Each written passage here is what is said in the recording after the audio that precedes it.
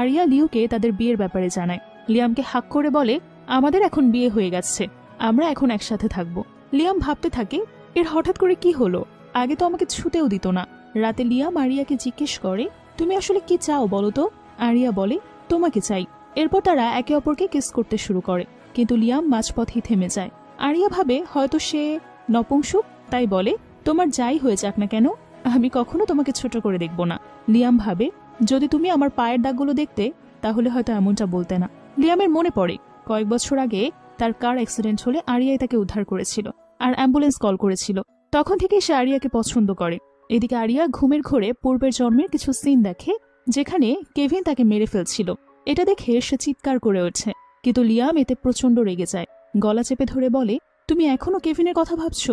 Area বলে, আমি খারাপ স্বপ্ন দেখেছি যে কেভিন আমাকে মেরে ফেলছে, সাথে বাবা মা ও নিনাও ছিল। কেন আমাকে সবসময় সেকেন্ড অপশন